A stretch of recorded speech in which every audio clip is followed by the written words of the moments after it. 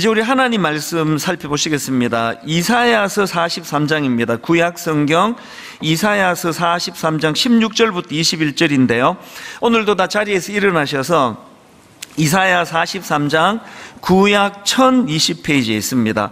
16절부터 21절까지 제가 먼저 읽겠습니다.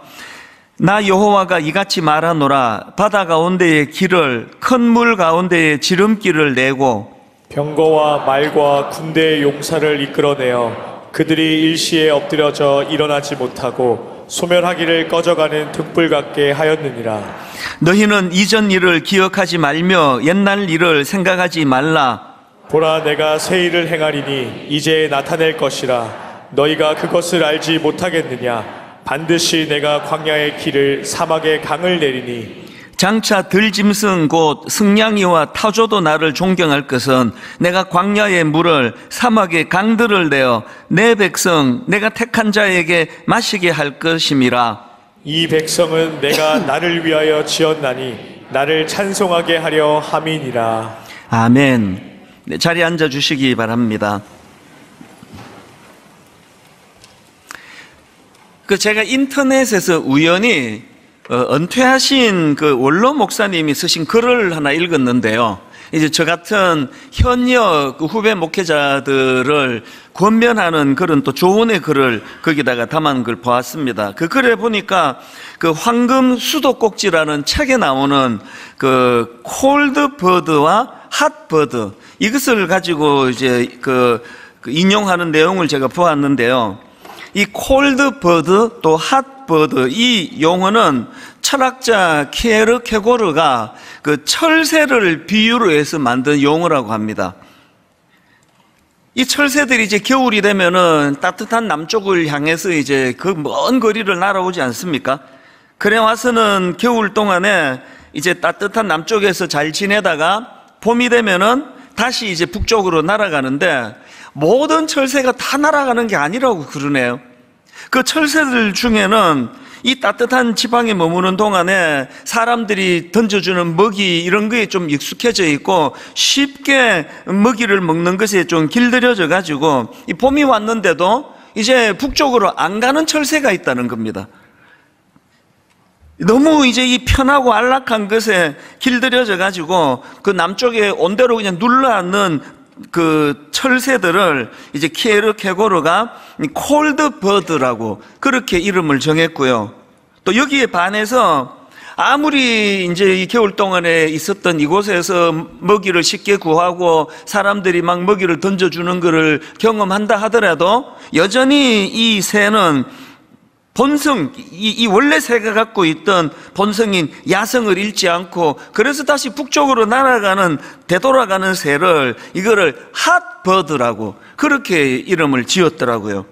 그래서 이제 이 키에르케고르가 이건 사람에 빗대가지고 콜드버드는 어떤 사람이냐, 편안하고 안락한 것만을 찾다가 목표와 열정을 잃어버린 사람, 이 사람을 콜드버드라고 그렇게 상징을 하고, 또 핫버드는 어떤 상황에서도 열정을 놓치지 않고 목표를 놓치지 않고 꿈을 향해서 그렇게 달려가는 사람, 이걸 이제 핫버드라고 그렇게 이름을 짓는 거라는 겁니다. 제가 읽은 그 글에서 은퇴하신 원로 목사님이 이런 내용을 가지고 저 같은 현역 목사들에게 이제 권면하는 그런 내용의 글들이 쭉 열거가 됐는데요. 원로 목사님의 글 일부를 한번 읽어드리겠습니다. 하늘은 날 수 있는 날개가 있는데도 날려고 시도조차 하지 않습니다. 이러한 쿨버드가 된 그리스도인과 교회를 향하여 키에르케고르는 이렇게 외쳤습니다. 오는 세대는 기독교회의 숫자가 부족해서 망하는 것이 아니라 하나님을 향한 열정이 부족해서 망할 것이다. 그러므로 나이가 들었다고, 경륜이 쌓였다고 쿨버드로 안주하지 말고 핫버드가 되도록 노력하며 살아가야 한다. 참 뜨거운 열정으로 목회를 시작하고 열심을 다하여 주의 교회를 섬기다가 교회가 점점 커지고 여러 가지 면에서 안정이 되고 하면은 이제 편한 데 익숙해져 안주하는 그 철새처럼 그렇게 될 위험이 있다. 이거 큰일 난다. 이런 걸 이제 경고하는 글을 제가 읽으면서 이거는 하나님께서 이 원로 목사님을 통해서 제게 주시는 경고구나. 그래서 이제 창립 21주년이 되는 이 시점에서 정말 하나님 앞에서 다시 한번 초심을 회복하기를 원하면서 그렇게 그 글을 간절히 읽었던 기억이 있습니다. 그런데 사실 그 인간이요, 이 날 수 없는 쿨버드로 전락하는 이유는 그저 안주하고 편하고 이래서만은 아닙니다. 오히려 반대가 더 많습니다. 너무 사는 게 편하고 안락해서 그렇게 변질되는 경우보다는요, 아무리 몸부림치고 애를 써도 이게 풀려지지가 않아가지고, 그래서 마음이 낙심이 되고 용기가 점점 꺾여가고, 그래서 너무 많은 좌절을 겪어서 날개가 꺾이듯이 꺾여버리는 인생이 훨씬 많습니다. 교회만 해도 그렇지 않습니까? 한국에 5만 교회, 6만 교회가 있다지만 분당 우리 교회처럼 이렇게 안정적으로 이런 교회는 많지가 않고요. 지금도 아무리 노력을 해도 미자리 교회 그 상태에서 벗어나지 못해서 너무나 지치고 힘들어 있는 이런 목사님들이 많은 게 사실이거든요. 그래서 저같이 너무나 하나님의 은혜를 많이 받은 목사가 그저 내 교회 그러면 저는 그게 범주행위라고 생각을 해요.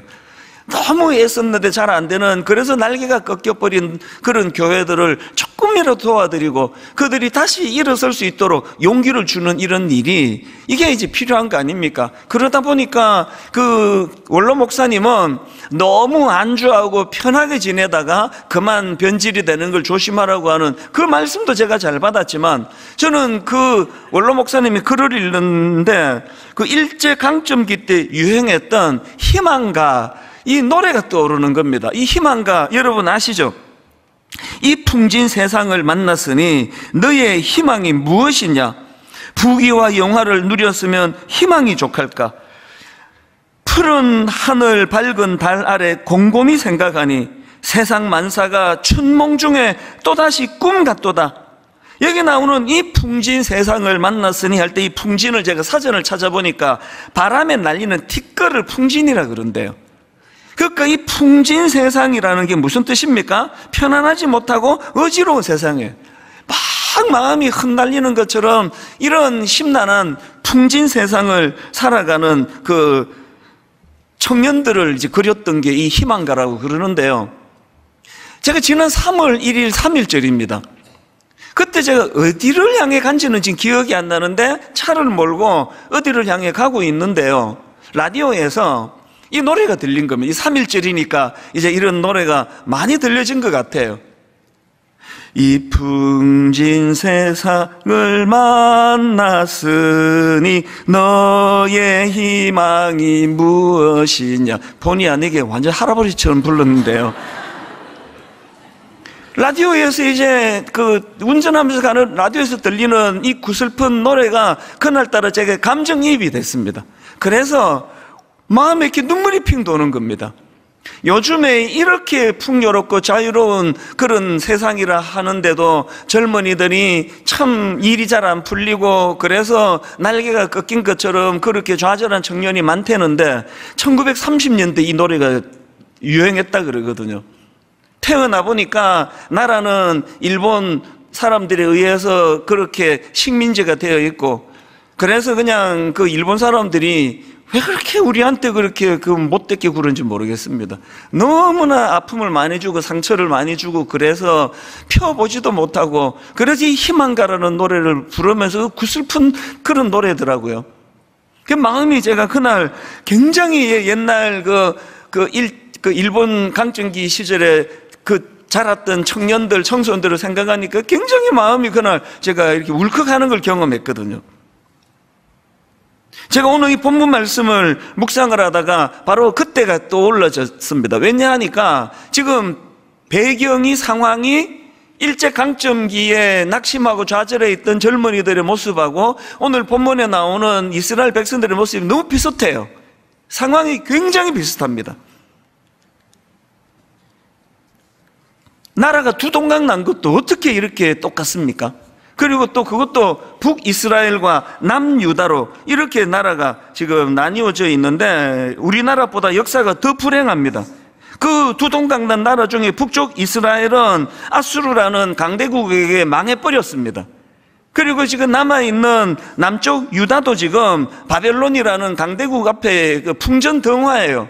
망하기 직전의 상황입니다. 그리고 망해버리잖아요. 이런 절망적인 상황에서 마음이 참 어디를 봐도 희망은 찾아볼 수가 없던 그런 상황인데요, 바로 그 상황에서 하나님께서 이사야 선지자를 통해서 말씀을 주시는데 그게 바로 오늘 본문 이사야 43장 18절 19절입니다. 너희는 이전 일을 기억하지 말며 옛날 일을 생각하지 말라. 보라, 내가 새 일을 행하리니 이제 나타낼 것이라. 너희가 그것을 알지 못하겠느냐? 반드시 내가 광야의 길을 사막에 강을 내리니. 여러분이 시대적인 배경을 좀 머리로 그리면서 이 말씀을 읽으면 마음에 굉장한 그 감정이입이 일어날 거라 생각합니다. 앞을 봐도 옆을 봐도 희망이라고는 눈 씻고 찾아볼 수 없는 그런 상황인데 하나님이 뭐라 말씀하십니까? 그런 상황이랄지라도 보라, 내가 새 일을 행하리니 이제 나타낼 것이라. 너희들이 비록 범죄함으로 바벨론의 포로로 끌려가는 비참한 역사를 경험하겠지만 그것으로 끝나지 않는다. 여호와 하나님 이거 방치하지 않는다. 하나님 반드시 새 일을 행하게 될 것이다. 이런 용기와 희망의 메시지를 지금 전해주고 있는 거거든요. 그런데 여러분, 이런 희망의 메시지를 전하는 이 19절 말씀 바로 앞에 18절 말씀이 굉장히 독특합니다. 사실 18절에 어떤 내용이 있습니까? 너희는 이전 일을 기억하지 말며 옛날 일을 생각하지 말라. 이게 왜 특이한 말씀입니까? 이게 왜 독특하냐 하니까 지금 흐름은요, 계속 옛날 일을 기억하라는 흐름이에요. 성경에 옛날 일을 기억하라는 말씀이 많이 나오지 않습니까? 예를 들면 같은 이사야 선대도요, 이사야 46장 9절을 보십시오. 너희는 옛적 일을 기억하라. 나는 하나님이라. 또 신명기 5장 15절 너는 기억하라. 너가 애굽 땅에서 종되었더니 내 하나님 여호와가 강한 손과 편 팔로 거기서 너를 인도하여 내었다. 이거를 잊지 마. 꼭 기억해야 돼. 이 기억하라는 거거든요. 또 신명기 32장 7절도 마찬가지입니다. 옛날을 기억하라. 역대의 연대를 생각하라. 전부 지금 기억할 것을 강조하고 있는 그런 내용이 신명기에 보면은 이거 자녀들에게 꼭 잊지 않도록 이거 가르쳐야 된다, 이런 게 계속 강조가 되는데 오늘 본문에서는 유도 이전 일을 기억하지 마라, 옛날 일을 생각하지 마라, 이런 말씀을 주시는 거예요. 이 굉장히 모순 같은 이 말인데요, 이게 일종의 강조법 같은 거예요. 이게 옛날 일이다 쓰잘데없어서 기억하면 안 된다가 아니라 하나님께서 강조하시는 건 바로 19절에 보라, 내가 새 일을 행하리니 이제 나타낼 것이다. 하나님께서 앞으로 이루어 가실 그 일들에 대한 이 기대감으로 온 마음을 다 쏟아야 되기 때문에 과거에 뭐 얼마나 잘 살았든지 은혜를 얼마나 받았든지 과거에 연연하지 말라는 말씀이거든요. 그래서 여러분, 오늘 여기서 우리가 중요한 이 예수 믿는 우리라면요, 이 과거에 대한 기억, 미래에 대한 우리가 꾸고 있는 꿈, 이 정리를 잘 해야 되는데 예수 잘 믿는 분들은요, 과거를 어떻게 정리해야 되느냐, 사도 바울이 너무 잘 정리한 거 있습니다. 고린도전서 5장 10절입니다. 바울이 이렇게 말합니다. 그러나 내가 나된 것은 하나님의 은혜로 된 것이니 내게 주신 그의 은혜가 헛되지 아니하여 내가 모든 사도보다 더 많이 수고하였으나 내가 한 것이 아니요 오직 나와 함께 하신 하나님의 뭐라 그럽니까? 은혜로라. 여러분, 잊으시면 안 됩니다. 지난 21년 동안 하나님이 엄청난 일을 하셨어요. 도저히 하나님이라는 성함 없이는 머리에 이해가 안 되는 일을 하나님 해주셨습니다. 그런데 하나님은 지난 21년을 딱 한 단어로 마무리하기를 원하세요. 은혜라는 게 은혜였습니다. 그래서 이제 뭐 지난 21년을 제가 막 거들먹거리면서 그 30 몇 명을 가지고 내가 개척을 했는데 뭐 이런 놀라운 일이 일어난 거 아니냐, 뭐 내가 뭐 이거 뭐 대단한 거 아닙니까? 이렇게 말하고 다니면 그건 목사가 아니에요. 우리 목사님은 꼭 하고 싶은 말을 저런 식으로 하더란 말이야. 이렇게 오해하실 수가 있는데요, 그 진짜 아닙니다. 그래서 어떤 놀라운 은혜를 세상적으로 보기에 막 화려한 이런 부흥이 일어나고 성장이 일어나고 대단한 일이 일어났다 할지라도 그걸 딱 한마디로 요약하는 겁니다. 은혜입니다. 그래서 우리 21주년 지난 주일날 그 전체를 마무리하면서 은혜라는 찬양을 우리가 같이 불렀잖아요. 은혜. 이게 과거를 우리가 정리해야 되는 굉장히 중요한 그 지침이 되고요. 그런가 하면은 미래에 대해서 예수 믿는 사람들은 어떻게 해야 됩니까? 과거는 은혜라는 단어로 설명할 수 있다면 미래는요, 한번 따라해 보세요. 기대감. 미래는 기대감으로 정리할 수가 있는 겁니다. 그게 지금 우리 하나님께서 강조하시는 거예요. 그 과거를 기억해라, 과거를 기억해야 된다, 이걸 그렇게 강조하시던 하나님께서 오늘 말씀에 유독 이전 일을 기억하지 말며 옛날 일을 생각하지 마라, 이렇게 강조하시는 거는 그만큼 이제 장차 우리 주님께서 19절에서 보라 내가 새 일을 행할 것이다, 이 기대감으로 인생에 초점을 두라는 그 말씀이거든요. 기대감이에요. 그래서 여러분, 제가 갖고 있는 제 인생의 그 좌우명 같은 이런 것들이 뭐 여러 개 있는 거 아시잖아요. 그 중에 하나가 이겁니다. 내 생애에 가장 좋은 것은 아직 오지 않았다. 이 뭐 10대 같으면 뭐 그 말할 필요도 없는 거죠. 당연히 뭐 10대 같으면 이제 가장 좋은 게 안 왔겠죠. 맨날 공부만 하는데 뭐 언제 그런 게 있었냐. 그러나 저는 지금 60대예요. 저의 33년간의 그 목회 생활 가운데 인간적으로는 전 더 바랄 게 없습니다. 저는 항상 그런 생각해요. 저는요, 오늘 이 설교 마치고 하나님 나 불러가셔도 저는 미련이 없는 사람이에요. 뭘 더 바라겠습니까? 그런 제가 구호를 외친다니까요. 그럼에도 불구하고 내 생애에 가장 좋은 것은 아직 오지 않았다. 왜 이런 이야기를 합니까? 예수 믿는 우리는 미래를 말할 때 항상 기대감이라는 단어를 해야 돼요. 기대감. 예배 시간에 막 지각하고 이런 분들도 좀 문제가 많지만요, 더 문제가 뭔지 아세요? 굉장히 일찍 오는데 아무런 기대감 없이 예배를 드리는 분, 그건 더 나빠요. 항상 우리가 하나님 앞에 올 때는 기대감. 내가 너희들 인생이 참 희망가라는 노래, 그 구슬픈 노래를 부를 수밖에 없는 그 끔찍한 상황이라 할지라도 하나님께서 그 방치하지 않으신다. 내가 새 일을 행할 것이다. 이 기대감. 그래서 하나님 앞에서 여러분들이 예배를 드리고 나면 항상 과거에 대해서 감사가 나와요. 하나님이 이렇게 은혜로 인도해 주셨네. 너무너무 일이 잘 풀리는 거는 뭐 그대로 감사로 받으시면 되고요. 참 어려운 인생의 터널을 지나는 중에 계시다면 하나님이 이 일을 통하여 연단해 주시고 이 하나님의 시험을 잘 견뎌내므로 이제는 미래를 생각할 때 하나님 앞에 기대감을 가지는 거예요. 하나님, 내 인생 어떻게 이렇게 끝나도록 내버려 두시겠습니까? 이 기대감. 이런 의미에서 저는 이 본문 19절 말씀이 참 저에게 의미가 있는데요. 그런데 여러분, 이 19절 말씀에 보면은 하나님이 내가 새 일을 행하겠다 그러시는데 그게 뭔지를 좀 더 구체적으로 설명을 하십니다. 자, 19절을 우리 다시 한번 보십시오.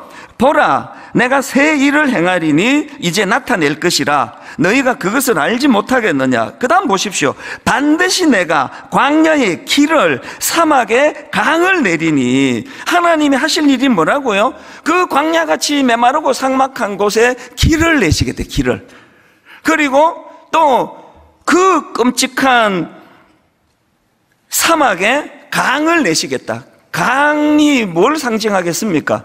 강이 흐르는 그곳에 생명이 살아나잖아요. 그 삭막한 사막에서 생명이 살아나는 이런 일들을 하나님이 행하시겠다. 그러고 보면은요, 바로 앞에 나와 있는 본문 맨 처음 시작이 이렇게 시작하잖아요. 16절 17절. 나 여호와가 이같이 말하노라. 바다 가운데 길을, 큰 물 가운데 지름길을 내고 병거와 말과 군대의 용사를 이끌어내어 그들이 일시에 엎드러져 일어나지 못하고 소멸하기를 꺼져가는 등불 같게 하였느니라. 지금 하나님이 과거에 하신 그 일들 중에 하나 예시를 드는 게 뭡니까? 홍해에 길을 내셨다는 거예요. 뒤에서 애굽 군대가 잡아 죽이려고 달려들고 앞은 홍해로 가로막혀 있기 때문에 이거는 인간적인 관점으로 절망이에요. 이거 어떻게 할 수가 없는 상황이에요. 우리 다 죽은 거예요. 그랬을 때 이게 하나님의 창의력입니다. 하나님께서 홍해를 갈라 길을 내셨다는 거예요. 그 길을 내신 분이 여호와 하나님이시다. 그 하나님이 예시를 드시면서 너희들의 미래가 장차 너희들 인생이 참 이 희망가라는 노래를 부를 수밖에 없었던 같은 그런 절망적인 상황에 할지라도 하나님은 그 절망적이고 낙심된 막다른 골목에서 하나님은 길을 내시는 분이에요. 그래서 저는 하나님에 대한 이미지는 길을 내시는 분이에요. 길을 내시는 분. 이런 관점으로 십자가를 묵상하다 보니까요, 십자가도요, 그 하나님이 길 내시는 도구예요. 십자가가 인간이 범죄함으로 하나님께 나가는 길을 다 잃어버렸습니다. 길이 다 사라져버린 거예요. 우리가 하나님 나라로 가는 길이 지금 없습니다. 그러니까 맨날 이 눈에 보이는 이 땅에서 그냥 치고받고 막 전쟁터처럼 그렇게 살아가거든요. 그런데 주님의 십자가를 통하여 하나님 앞으로 나가는 길을 열어주신 거예요. 십자가는 하나님 앞으로 나가는 길입니다. 그 도구예요. 이런 점에서 저는 하나님은 길을 내시는 분, 이건 이론이 아니라 제가 경험했다고 여러 번 말씀드렸을 거예요. 20대 초반에 내 인생은 동굴에 갇혔거든요. 미국에 딱 가가지고 이게 뭐 아버지가 뭐 돌아가셨는데 뭐 갑자기 살아오실 일도 없고 학비대 줄 여건은 안 되고 뭐 영어를 뭐 제가 뭐 안 되는 걸 어떡합니까? 영어 아무리 애를 써도 뭐 영어가 안 되고 또 하루 종일 도서관에 앉아가지고 공부할 수 있는 입장도 아니고 뭐 풀타임으로 막노동하고 그 무슨 제가 돈을 벌겠습니까? 그래서 아까 제가 그 쿨버드, 핫버드 그랬더니 우리 부목사님이 저한테 연락이 왔어요. 목사님이 뭐래더라? 핫버거가 핫버드가 핫도그로 들렸다던가?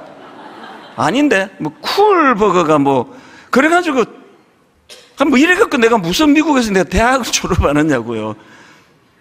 그 영어 발음이 나오면 막 엄청 신경을 써야 되고 이게 저거든요.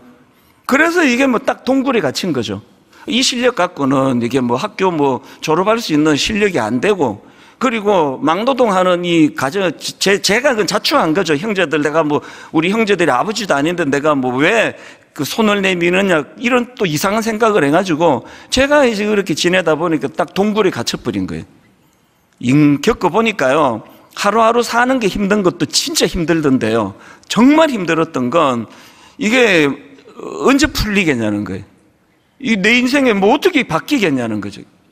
그래서 저는 동굴에 갇혔다고 제가 그렇게 제 인생을 정리를 했는데요. 하나님은 길을 만드시는 분이에요. 여러분 제 인생의 20대 초반에 동굴에 갇혀있는 저였는데요. 하나님은 동굴을 길을 내주셔가지고 동굴이 길을 내니까 터널이 되던데요. 동굴이 길을 내시니까 터널이 되더라고요. 그리고 끝이 있는 게 터널이니까 무사히 터널을 잘 빠져나와가지고 지금 이렇게 행복하게 그렇게 살아가고 있는 거거든요. 다시 말씀드립니다. 하나님은 길을 내시는 분이에요. 어디에? 광야에다가. 하나님은 길을 내시는 분입니다. 그래서 여러분 이 사실을 기억하면서 우리가 두 가지 해야 되는 일이 있는데요. 길을 만드시는 하나님을 기억하면서 첫째로 뭘 해야 되느냐? 길을 만드시는 하나님에 대한 기대감을 갖는 거예요. 오늘 좀 강조하겠습니다. 예배 드리러 올 때 기대감을 가지세요. 아침에 샤워하면서 회사 갈 때는 뭐 기대감을 갖고 가기가 좀 어려우실지 모르겠지만 교회 오실 때는요 가장 중요한 필수품이 기대감이에요. 오늘도 하나님이 저 이찬수 목사를 통해서 어떤 말씀으로 내 막혀있는 인생의 길을 뚫어 주시려나 마음이 답답하고 인생이 풀리지 않아가지고 한 주간 괴로웠는데 하나님은 또 무슨 본문의 말씀을 가지고 이 길을 뚫어 가시는가. 여러분 그거 아십니까? 제가 여기 지금 설교 제목을 이번에 이제 최종적으로 설교 제목을 다시 일어나 길을 만들자 이렇게 잡았는데요. 보통 이렇게 설교 제목 확정할 때까지 공식적으로 2번 내지 3번이 바뀌어요. 그래서 저는 종이 주보가 없는 요즘에 너무 좋아요. 종이 주보 금요일 오후까지 이 제목을 써내야 되거든요. 계속 고쳐야 돼요. 하나님 앞에서 이 엿새 동안 고생하다가 오신 성도님들에게 어떻게 해서든 제가 따뜻한 엄마 밥을 만들어 드리고 싶거든요. 그래서 막 그냥 애 안기 전까지 그냥 밥을 또 그러다가 또 막 이제 또 밥이 또 너무 늦어질까봐 걱정은 되지만 마지막 한순간까지 하나님께서 그렇게 말씀을 다듬게 하셔서 여러분에게 말씀을 선포하는 거예요. 그게 기를 내주시는 것. 여러분 매주일 교회 오실 때마다 기대감을 가지는 거예요. 오늘도 하나님은 내게 어떤 말씀으로 기를 내주시는 건가. 그래서 여러분 예레미야 33장 2절 3절입니다. 일을 행하시는 여호와, 그것을 만들어 성취하시는 여호와, 그 이름을 여호와라 하는 이가 이와 같이 이르시도다. 너는 내게 부르짖어라. 내가 너에게 응답하겠고 너가 알지 못하는 크고 엄밀한 일을 내게 보이리라. 지금 여기에 막 하나님 일하시는 하나님, 길을 만드시는 하나님에 대한 기대가 막 느껴지잖아요. 일을 행하시는 여호와, 그것을 만들며 성취하시는 여호와, 그의 이름을 여호와라 하는 이가 이와 같이 이르시도다. 너는 내게 부르짖어라. 너는 내게 부르짖어라. 누가 기도하는지 아시겠죠? 기도는요, 과거에 상하고 아프고 여기에 매여있기 싫은 사람, 기도는요 이런 나를 방치하지 않으시고 그저 그 길을 만들어주시는 하나님에 대한 기대감으로 충만한 그 사람이 기도하는 거예요. 여러분 지금 막 기도하면 죽을 것 같이 기도 안 하시잖아요. 하여튼 기도하다가 나 큰일 나 이럴 정도로 기도를 안 하시는데요, 기도하려고 애쓰지 마시고요, 여러분 인생을 하나님 주시는 기대감으로 바꾸어 보세요. 난 이대로 동굴에 갇혀 있는 사람이 아니야. 저 이찬수 목사도 동굴에서 다 하나님 그 길 만들어 주셔가지고 터널로 변했다 그러는데 왜 나는 그게 왜 안 돼? 우리 애들도 이렇게 돼. 기대감으로 충만한 자가 기도의 자리로 나갈 줄 믿으시기를 바랍니다. 그런가 하면 두 번째로 해야 될 일이 뭐냐? 길을 만드시는 하나님에 대하여 기대하는 것도 중요하지만 더 중요한 게요, 길을 만드시는 하나님의 사역에 동참하는 거예요. 동참. 제가 성경을 읽다가 진짜 중요한 원리를 제가 여기서 깨달은 겁니다. 오병이어 그 기적의 사건이 일어났지 않습니까? 그런데 여러분 남자만 5,000명이에요. 그래서 여성하고 또 어린아이들까지 포함하면은 10,000명이 넘었던 사람 군중이란 말이죠. 그 수많은 군중들을 예수님이 놀랍게도 정말 길을 뚫어 그들을 먹이셨는데요. 그런데 제가 여기서 주목하는 게 하나 있습니다. 예수님의 명령이에요. 마태복음 14장 16절을 보십시오. 예수께서 이르시되 갈 것 없다. 너희가 먹을 것을 주라. 이거 아마 그 무능한 제자들 막 뒤로 자빠지는 줄 알았을 겁니다. 아니 우리가 무슨 수로 이 많은 사람들을 먹입니까? 막 돈 계산 해보고 해도 답이 안 나오잖아요. 그럴 때 주님, 이 사람들이 원한 거는 이 수많은 사람을 먹일 수 있는 무슨 트럭을 막 한 5,000대 구해갖고 오는 게 아니고요, 그들이 할 수 있는 최선이에요. 그들이 할 수 있는 최선이 뭡니까? 그게 17절에 나오잖아요. 제자들이 이르되 여기 우리에게 있는 것은 떡 5개와 물고기 2마리 뿐이니이다. 무능한 자기들의 모습이에요. 암만 애를 썼는데 이건 이거 어디다 붙이겠습니까? 이게 우리들의 한계예요. 이게 우리 실력의 전부예요. 그런데 여러분 놀라운 건 그 다음 말씀이에요. 그랬더니 주님께서 18절에 이렇게 말씀하세요. 이르시되 그것을 내게 가져오라예요. 이단들은요 우리를 파괴해서 자기들의 목적을 이루어요. 그래서 집 팔고 논 팔고 빚 내고 카드 빚 내고 다 갖다 바치라는 거죠. 이런 교회는요 근처도 가시면 안 됩니다. 하나님은 우리를 착취하셔서 당신이 누리시기를 원하는 분이 아니에요. 하나님은 우리를 동력자로 부르시는데 네가 있는 것, 그 제자들이 생각해 보세요. 그 제자들이 참 구하려고 온 데다 디대다 겨우 구한 게 애 도시락. 애도 막 울린 건 아닌지 모르겠어요. 내놔. 우리가 있는 게 이게 어린애 도시락밖에 없습니다. 그랬더니 주님께서 그거 내게 가져와라. 하나님은요 우리가 가진 어린애 도시락 같은 미미하고 보잘것없는 이것을 통해서 하나님은 일하시는데 왜 그러시느냐고요. 그 어린애 도시락이 없으면 예수님이 일을 못 하십니까? 왜 그렇게 하시느냐고요. 하나님은요 놀라운 길을 만드시는 그 사역에 우리를 동참시키기 원하세요. 우리가 거기에 동력하기를 원하세요.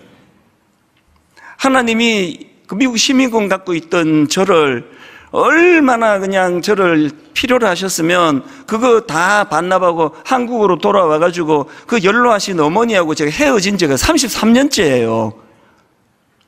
하나님은 왜 그렇게 하시느냐고요.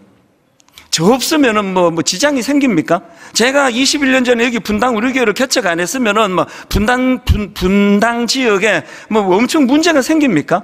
제가 미국에서 나 안 가겠다고 하나님, 난 불순종하겠다 그랬으면 한국 교계에 문제가 생깁니까? 아무 일도 없었을 거라 생각하거든요. 근데 왜 저를, 미국에 있는 저를 한국으로 불러가지고 저는 40살까지 미친 듯이 돈을 벌어가지고 고아원 하나 차리고 양로원 하나 차리는 이런 놀라운 꿈을 갖고 있었는데 그 꿈을 다 왜 변경하면서 날 오게 하셨냐고요. 33년이 지난 지금 제가 내린 결론은 뭐냐? 하나님은 저를 동력자 삼으시기 위해 불러주셨는데 그 혜택은 제가 누리는 거예요. 제 기쁨을 위해서 불러주신 거예요. 하나님이 막 제가 요긴해서 부른 게 아니에요. 분당 우리 교회에 제가 없었다고 한다면 더 유능한 목사님이 오셨겠죠. 무슨 원리인지 아시겠습니까? 하나님은 500여의 기적의 현장에 우리를 동력자로 부르세요. 그것도 아시잖아요. 또 그 물을 포도주로 바꾼 그 사건에서도 주님께서 하인들을 쓰세요. 그 항아리에 물을 부어라. 그것도 이상하잖아요. 어차피 무에서 유를 만드실 건데 그 하인들 보고 그거 왜 시키시느냐고요. 그 좀 생각해보면 코미디 같아요.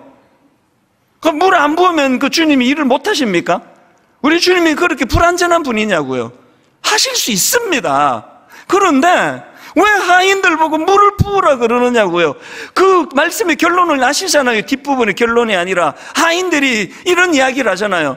막 수많은 사람들은 그 기적의 포도주 마시고 벌컥벌컥 막 행복에 막 죽을 것 같은데 하인들은 그거 한 방울도 안 마셔도 물 뜨거운 하인만 하는 기쁨을 누리는 거거든요.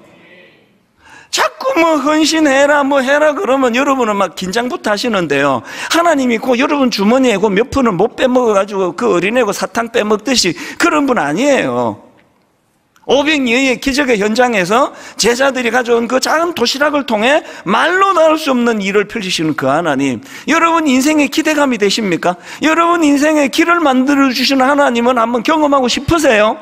그러면 그 하나님의 사역에 기대감으로 바라볼 뿐만 아니라 아무것도 하는 일 없는 것 같아요. 여러분, 10,000 명을 먹이고 12광주리가 남는 그 일에 어린애 도시락이라는 게 그게 무슨 의미냐고요. 그런데 이걸 주님께 드렸더니 이게 길이 만들어지는 도구가 되더라니까요. 자기 홀랑까 애거 뺏어가지고 그냥 홀라당 까먹으면 그 한나절 그 요기도 안 되는 거거든요. 이 두 가지를 기억하셔야 됩니다. 우리 하나님께서 우리 삶 가운데 개입하시고 하나님께서 미래를 우리에게 꿈을 꾸게 해주신다면 첫째로는 길을 만드시는 하나님에 대한 기대감을 가지는 거예요. 풍성한 인생은요, 지금 풍성해서가 아니에요. 많아서 그렇게 풍성한 게 아니라 벅찬 감격과 기대감을 갖고 살면 그 인생이 풍성해지는 거거든요. 그런가 하면은 길을 만드시는 하나님 사역에 동참하는 겁니다. 오늘 여러분 가평 우리 마을 영상을 드디어 이제 나눌 수 있게 돼서 저는 너무너무 행복한데요. 딱 계산해 보니까 권사님께서 통장 도장 그 큰 금액을 주시고 가신 지가 이게 거의 10년이 됐습니다. 그 10년 동안 제가 가평 우리 마을을 놓고 마음고생한 것은요, 이런 말로 다 못해요. 왜? 이게 수양과 비슷하게 돼버릴까봐. 엄청 그렇게 잘 지어놓고는 막 우리끼리 즐기는 곳이 될까봐.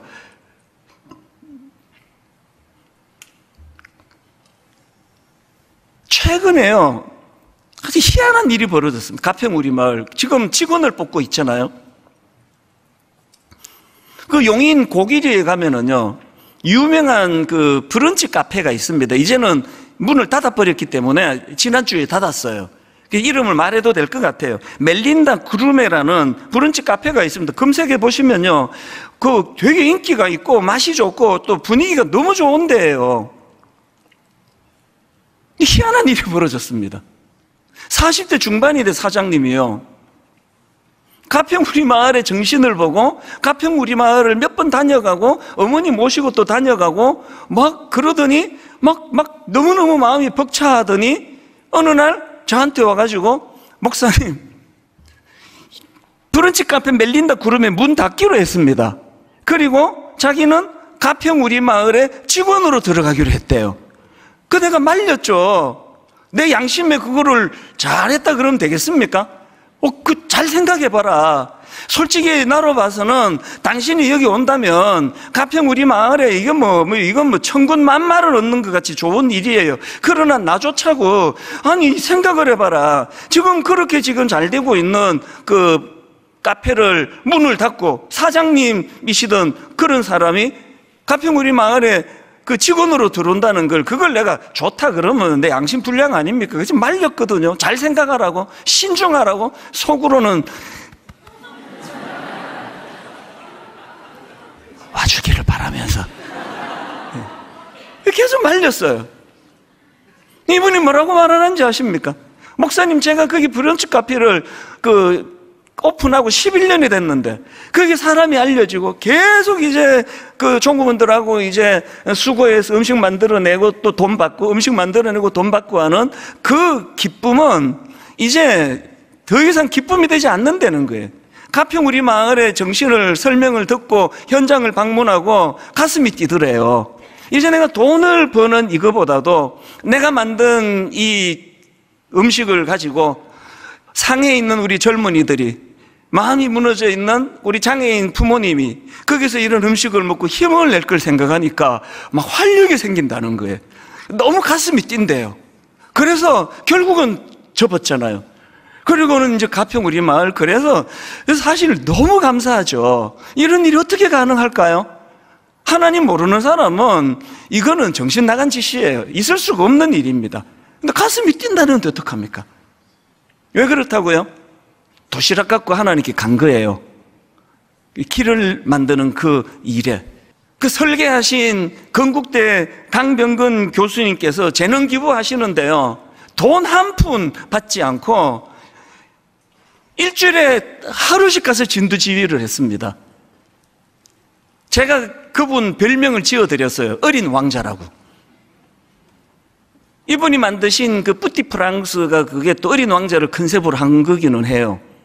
너무너무 순수하신 거예요. 또 이해가 안 되는 거, 가평 우리 마을에 이 랜드의 박성수 회장님이 총 지배인급 간부를 포함해서 2사람을 거기다가 보내주는 게 제가 알기로 그 사비를 들여서 하는 걸로 알고 있습니다. 그리고 그것뿐입니까?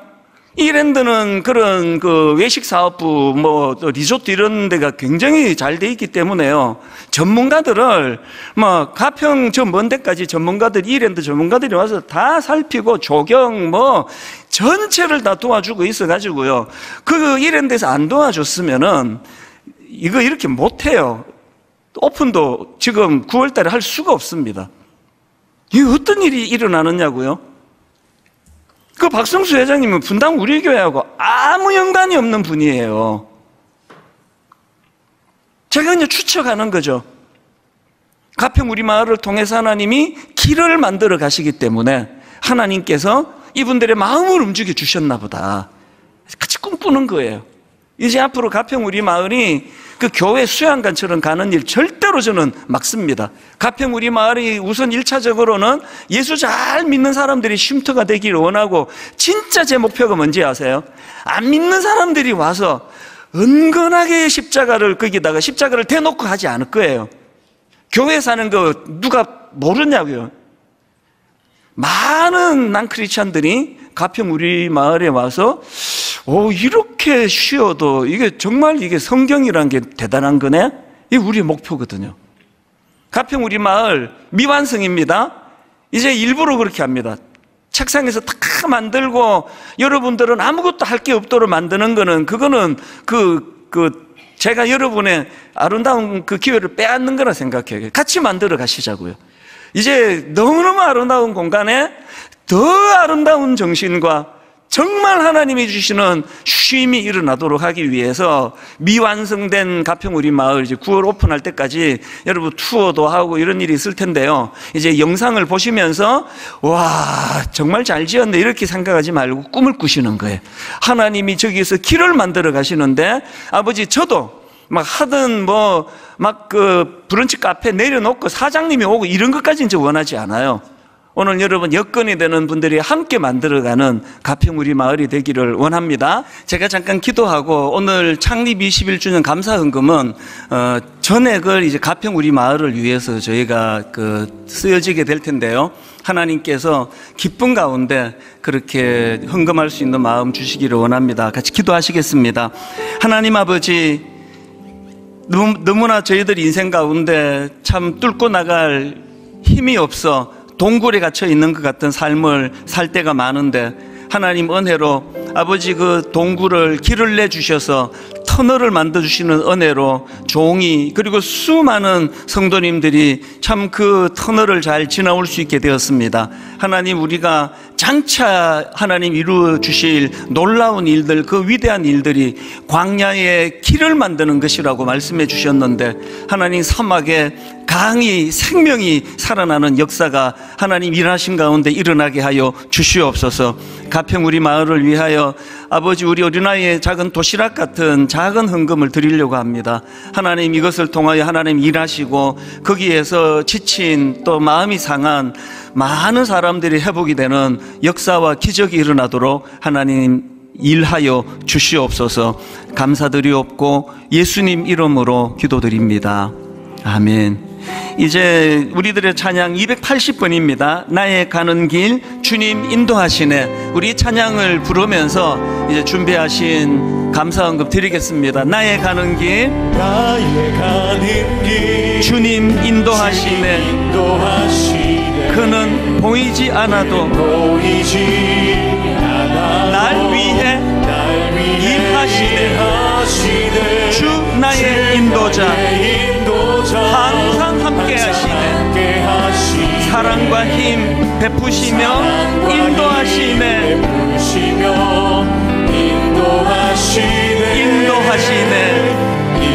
우리 다시 한번 노래합니다. 나의 가는 길 주님 인도하시네. 그는 보이지 않아도 날 위해 일하시네.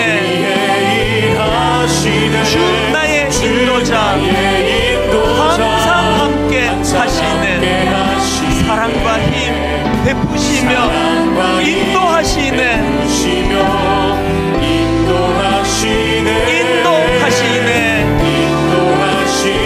광야의 길을 만드시고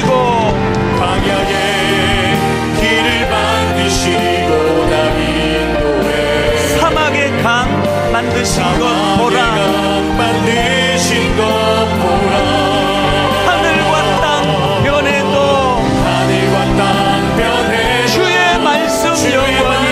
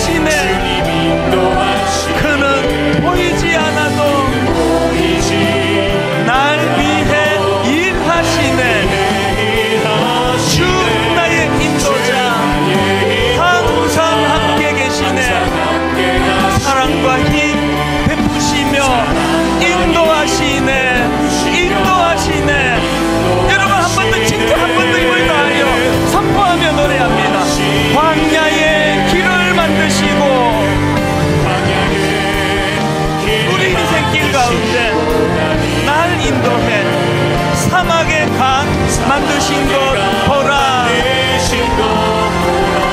힘있게 선포합니다.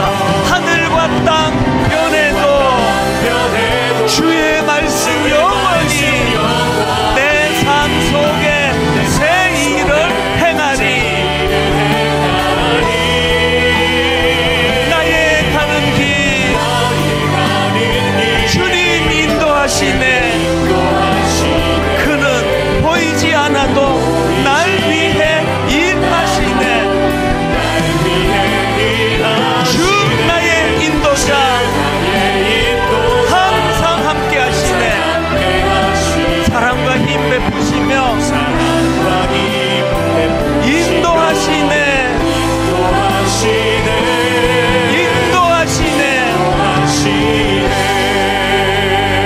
이거 놓고 기도하자고요. 제가 여러분 고백을 했잖아요. 제 가장 젊은 시절에 동굴에 갇힌 듯이 정말 이게 나 어떻게 뚫고 가나? 뚫을 힘이 없으니까 그게 동굴이 되는 거 아닙니까? 하나님은 길을 만드시는 분이에요. 내 인생에 동굴에 길을 내셔서 동굴을 터널로 만들어 주셨고, 연단하고 훈련을 다 거친 다음에 그 터널을 빠져나왔기 때문에 오늘 이렇게 가치 있게 행복하게 기쁘게 제가 살아간다면, 오늘 예배하는 많은 젊은이들에게 저에게 주셨던 하나님 은혜가 임하게 되기를 원합니다. 우리 자신을 위하여, 우리 자녀들을 위하여, 다음 세대를 위하여, 또 분당 우리 교회를 통하여 하나님 길을 만드시는 하나님 사역에 동력하고 동참하기를 원합니다. 주신 은혜 붙들고 합심하여 같이 기도하시겠습니다. 살아계신 하나님 아버지, 오늘 하나님 주신 말씀을 마음에 담습니다. 하나님은 옛날 일 생각하지 마라, 과거 일 생각하지 마라. 내가 장차 놀라운 일을 너희들에게 지금 계획하고 있다. 놀라운 일을 내게 주실 것이다. 살아계신 하나님, 하나님이 우리에게 해주시기를 원하시는 놀라운 일, 하나님 바로 광야의 길을 만들어주는 우리 인생을 맡겨드리며 나아갈 수 있는 하나님의 나라의 사명을 강을 만들어주시는 우리들이 길을 인도하신다는 것이 광야의 여전함이 나아갈 수 있는 날마다 하나님 아버지 은혜 주시옵소서. 이제 나타날 것이라고 말씀하시는 그런 주님의 그 말씀과 주님의 그 약속하신 주님의 자녀들 마음속에 우리 모두가 될 수 있도록 인도하여 주시옵소서. 아버지, 날마다 꿈에 나누며 원합니다. 그럴 수밖에 없는 절망적인 상황에 빠져있고 또 이주시를 베푸고 우리 교회, 우리 가족, 우리 주님의 그 사역 가운데 또 주님의 그 나라를 구동하게 하고 이스라엘의 망해버리고 될 수 있도록 인도하여 주시옵소서. 남아있는 남교인 우리 길을 여시는 주님, 주님의 말씀을 거부시는 주님, 이 모든 것이 주님의 그 살아계신 하나님 말씀을 주시니 우리가 잊지 않으며 날마다 주님의 그 말씀 가운데 거듭 나아가시는 우리 인생이 될 수 있도록 주여 인도하여 주시옵소서. 너희는 이전 일을 기억하지 말며 옛날 일을 생각하지 말라. 보라, 내가 새 일을 행하리니 이제 나타낼 것이라. 너희가 그것을 알지 못하겠느냐? 반드시 내가 광야의 길을, 사막의 강을 내리니 이 백성은 내가 나를 위하여 지었나니 나를 찬송하게 하려 함이니라. 지난 21년 동안 인간의 생각으로는 이해가 되지 않는 놀라운 길들을 만들어 주셔서 21년을 달려오게 해주신 주님, 이제 하나님 말씀을 수용하며 순종합니다. 하나님, 이제 분당 우리 교회가 이전에 했던 일들 다 기억하지 아니하고 옛날 일을 생각하지 아니하고 오직 주님, 내가 새 일을 행하시겠다는 하나님 말씀에 집중하는 저희들 되기 원합니다. 매 예배 때마다 기대감 없이 오는 어리석음을 아버지 범하지 않도록 도와주시고, 매 예배 때마다 동굴에 갇혀있는 것 같은 내 인생에 길을 만들어 가주시는 그 하나님을 기대함으로 예배하는 저희들이 되도록 인도하여 주시옵소서. 우리 자녀들에게도 하나님 이 은혜를 허락하여 주셔서 종이 20대 때 누렸던 그 놀라운 은혜를 저들에게도 아버지 맛보여 주시기를 원합니다. 동굴을 터널로 바꾸어 주시는 주님, 동굴에 길을 내게 해주시는 그 주님, 그 주님을 사모하고 의지하며 그렇게 기쁨으로 기대함으로 아버지 과거는 은혜로 그렇게 나아가도록 주님 간섭하시고, 이번 한 주 이 기쁨이 넘치는 한 주간 되도록 인도하여 주시옵소서. 지금은 선교 헌금 시간입니다. 이 예배를 통해 삶 가운데 은혜와 회복이 충만하시길 간절히 기도합니다.